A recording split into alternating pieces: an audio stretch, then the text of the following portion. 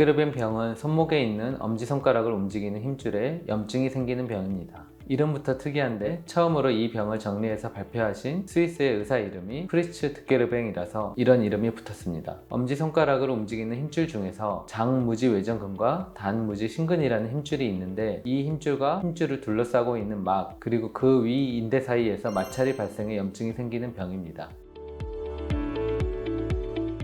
일단 손이나 손목이 아프면 많은 환자분들이 손목터널 증후군이냐고 물어보십니다. 그만큼 널리 알려진 병이란 거죠. 손목 관절 속에는 뼈와 인대로 둘러싸인 수근관이라는 작은 통로가 있고 이 통로로 손가락을 구부리는 힘줄 그리고 정중신경이라는 신경이 지나갑니다. 이 정중신경은 엄지부터 네 번째 손가락 절반까지와 손바닥의 감각을 담당하는데 정중신경이 손가락을 구부리는 힘줄과 인대 사이에서 압박받아 발생한 게 손목터널 증후군입니다.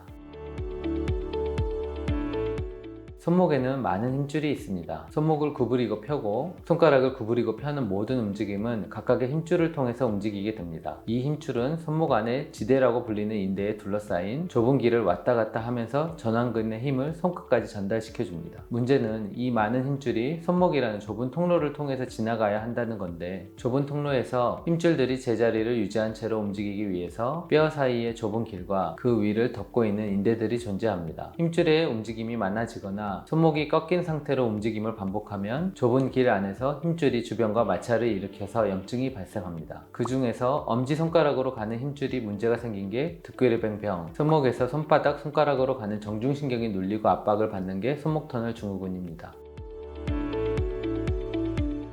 득게르벤 병은 손으로 물건을 잡거나 일을 할 때 손목의 엄지손가락 쪽이 아프다고 하면 일단 의심해 볼 수 있습니다. 증상이 심할 경우 엄지손가락이 반대편 손에 비해 통증 때문에 덜 구부려지거나 덜 펴지기도 합니다. 이 부위에 뼈가 튀어나온 부분이 있는데 이 주변에서 힘줄이 주행하는 방향으로 눌렀을 때 심한 통증이 느껴지는 것이 득게르벤 병의 특징입니다. 반면 손목터널 증후군은 손목이 아픈 게 아니라 손끝, 손가락, 손바닥이 저리거나 아픈 병입니다. 정중신경이 엄지부터 약지의 절반까지 손바닥 면 신경을 지배하기에 그 부위에서 증상이 나타납니다. 그리고 손목터널 증후군이 오래 지속되면 엄지손가락의 움직임을 담당하는 손 근육의 위축이 와서 힘이 떨어지기도 합니다.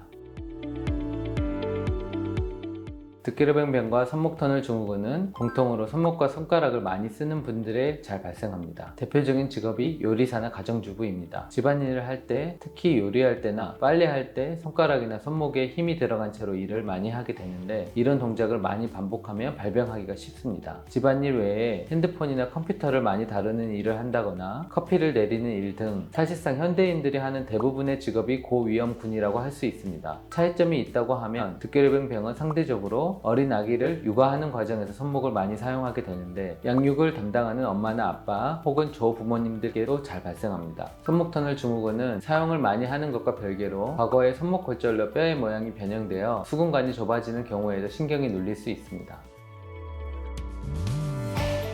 득게르벤 병은 엄지손가락을 이렇게 말아놓고 주먹을 쥐면 이 부위에 통증이 유발될 수 있고 또 이 자세에서 추가로 새끼손가락 방향으로 손목을 구부릴 때 통증이 더욱 악화되는 게 특징이라고 할 수 있습니다. 그런 분 중 엄지 아래 손목뼈가 툭 튀어나온 부분 근처를 눌렀을 때 통증이 유발되는 것이 확인되면 임상적으로 득게르벤 병을 진단할 수 있습니다. 손목터널 증후군은 손목을 90도로 구부려서 맞닿게 하고 1분 동안 구부리고 있을 때 엄지손가락부터 네 번째 손가락 부위가 저리거나 감각 이상이 생기면 양성입니다. 다른 방법으로는 정중신경이 지나가는 부위를 두드려 보거나 꾹 눌러서 압박하여 통증이나 감각 이상의 증상이 재현되는지 확인해 봅니다. 비슷한 증상을 가진 질환으로 새끼손가락 쪽 손날이 저릴되는 팔꿈치 부위에서 신경이 눌린 경우가 많고 손바닥이 아닌 손등도 모두 저릴 때는 목 디스크도 고려해야 합니다. 손이 저리거나 아플 때는 어느 부위에 증상이 있는지를 정확히 알아야 손목터널 증후군을 확인할 수 있습니다.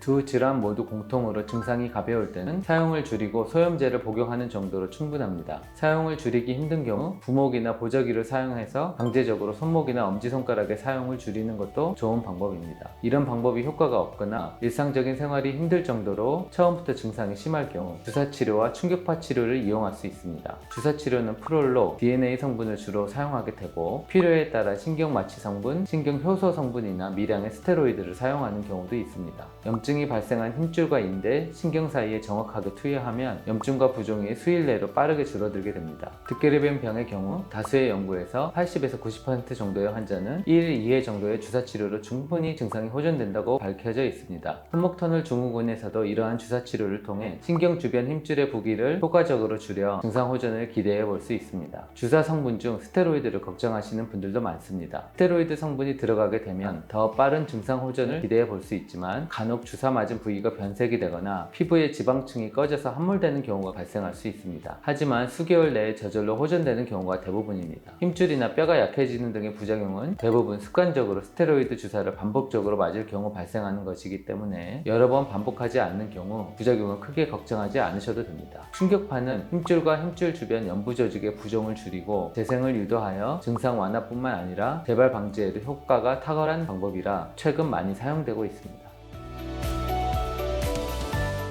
두 질환 모두 공통으로 손목의 힘줄 움직임과 관련이 있습니다. 힘줄의 염증에 의해 유발된다는 공통점이 있으니 이를 줄이기 위한 스트레칭을 하면 도움이 됩니다. 힘줄의 스트레칭은 아픈 힘줄을 쭉 느리는 방향으로 풀어주는 게 도움이 됩니다. 듣게르벤 병의 경우 엄지손가락을 구부린 상태로 손목을 새끼손가락 방향으로 천천히 쭉 구부려서 한동안 유지해 주시다가 놓습니다. 손목터널 증후군의 경우 손목을 위쪽과 아래쪽으로 구부려서 각각 10초씩 유지하는 스트레칭 방법이 많은 도움이 됩니다.